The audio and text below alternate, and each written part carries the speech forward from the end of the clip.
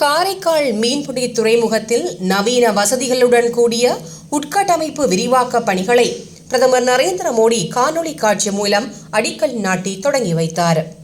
சுமார் 136 கோடி ரூபாய் மதிப்பீட்டில் அமைக்கப்படும் இது இந்தியாவில் நவீன வசதிகளுடன் மேம்படுத்தப்படும் இரண்டாவது மீன்பிடி துறைமுகமாகும். புதுச்சேரி மாநிலம் காரைக்கால் மீன்பிடி துறைமுகம் கடந்த 2012ஆம் ஆண்டு அமைக்கப்பட்டது.